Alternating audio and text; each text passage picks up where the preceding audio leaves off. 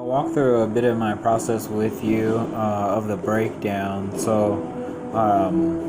I think writers are a lot like scientists. We all formulate our own paths, but we all end up doing things kind of similar.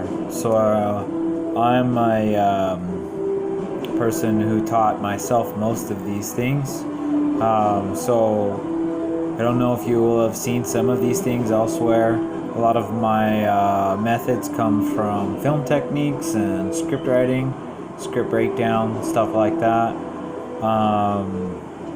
So that's just how I write.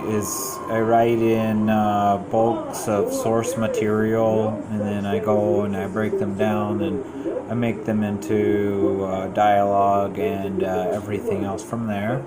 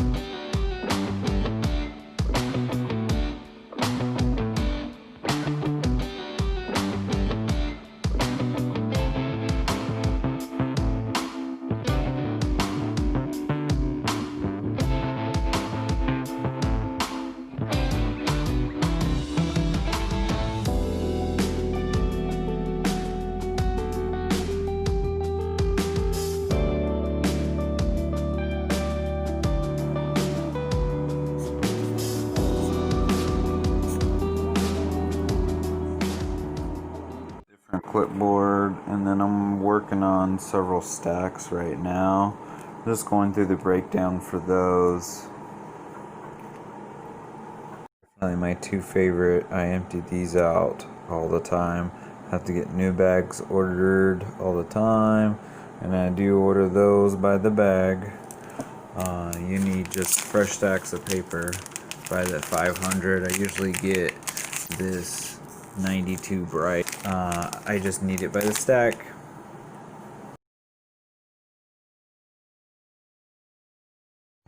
Certain colors for certain things. I mentioned title, dialogue, characters, scenes. I have mobile, and then just stacks around the house too, so you can mostly do it anytime. I write a lot, so I have certain material that I use. These paper mates are good for sketching and longhand writing. And then whenever I need to do more inking and stuff, I do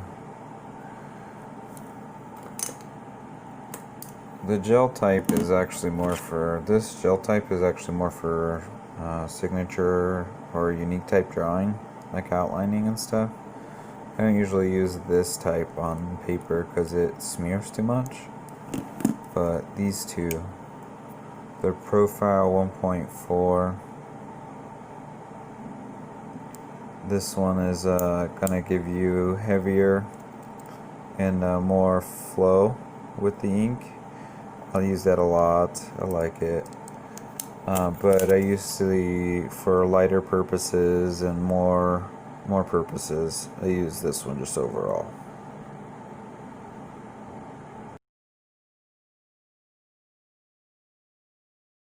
Keep yourself a bunch of binder clips around and just keep stocking up on them. So here's a stack. You just gotta make sure not to add too much.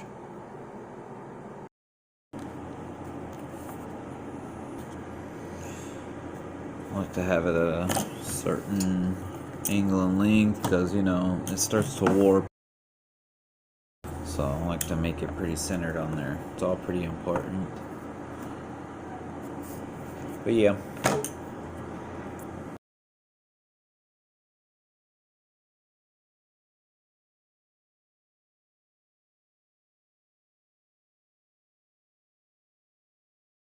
In the state, the ideas, they seem clustered.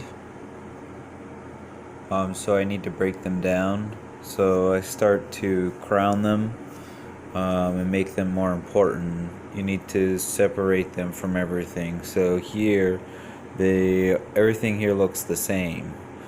So you need to break it up.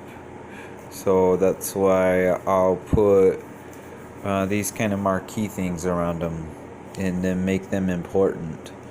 So I'll just say this is an idea, this is important, you know, and then it just goes further from there. Things that are drastically important during this process is the usage of the binder itself. So I have a clipboard and then actual mini binder clips and then big binder clips, because as you go through this it starts to warp your paper.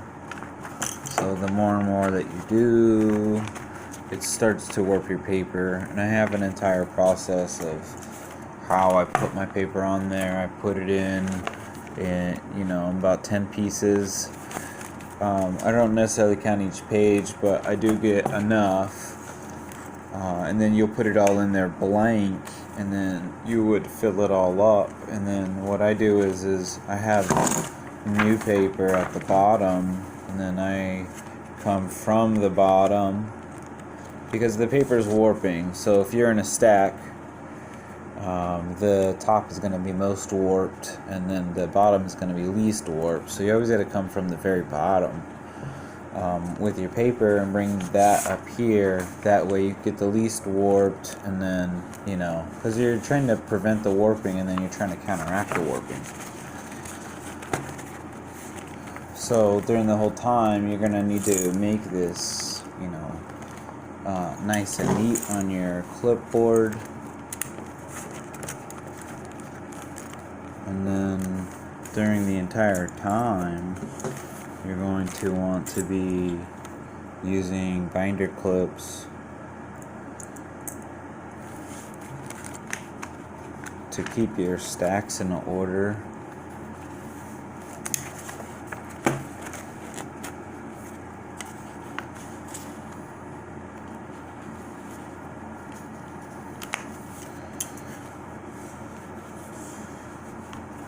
Always find the right alignment in there.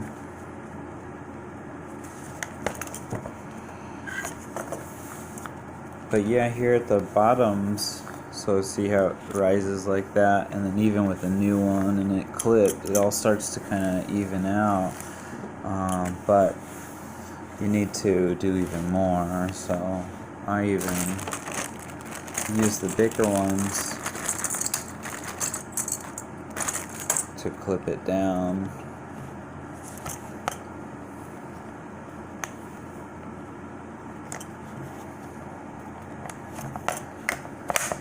And then you can leave it like that mostly, you know, for some time, and then after, you know, it'll help cure your paper, make it less warped and stuff whenever you go to put them in the stacks like this.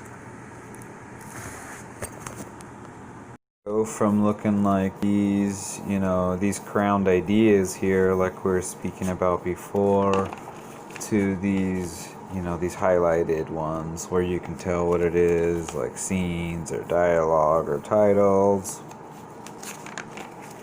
It's just easier to look through whenever you're looking through a lot of information, and then you know, at that point, you could even start to locate, okay, well, let me put all my dialogue in one spot, or all my dialogue relevant to certain things.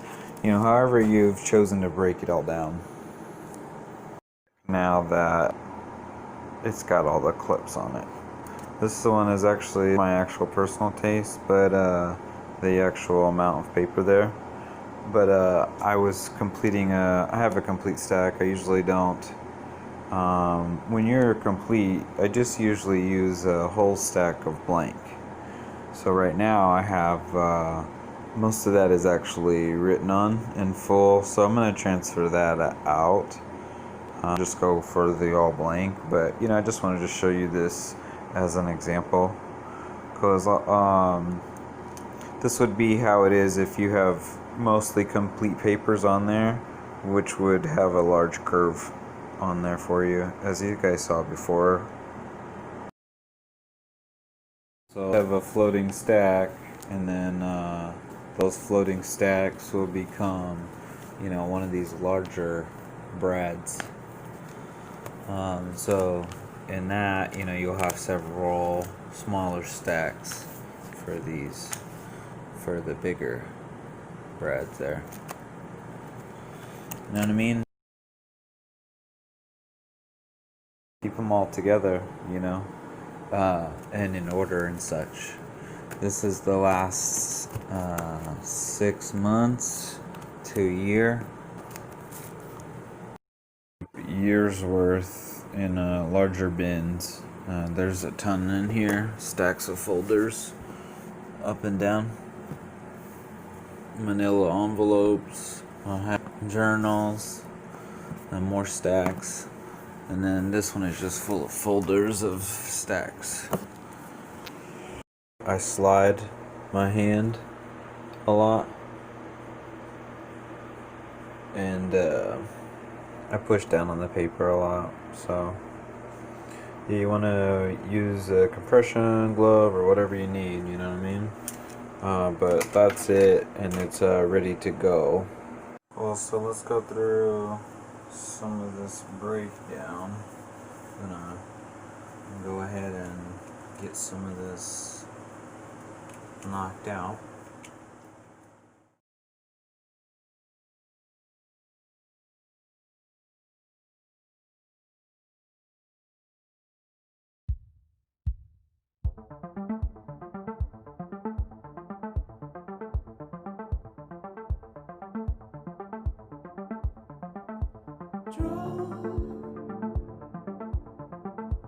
Draw me closer to your side.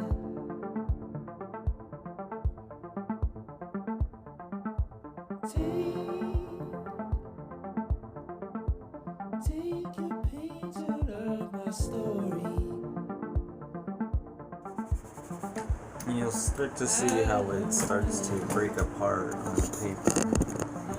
What is like one very big clustered thing starts to break apart into smaller pieces.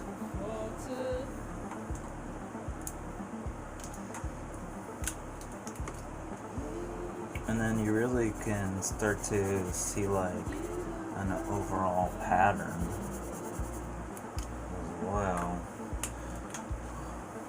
You'll start to notice if you're working on all dialogue, you know, just like kind of the thought patterns of what was happening at that time start to formulate and show themselves here as well.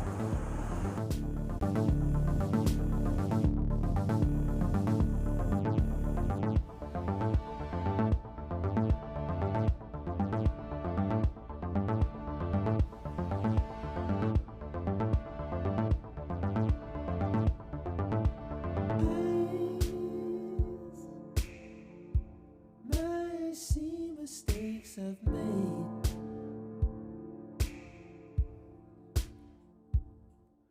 Signs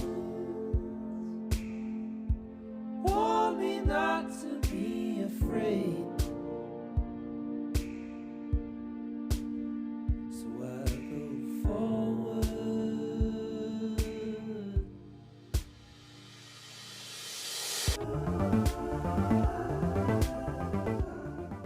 New page.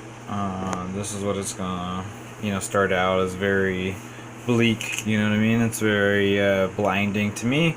So I'll tell you a couple tricks. To me, white is very blinding. So I cast shadows onto the page. You use your head, whatever you need to.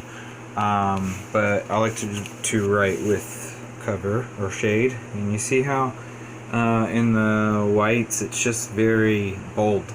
And then here it's like, I don't know, it has I like to be in the shade whenever I do things.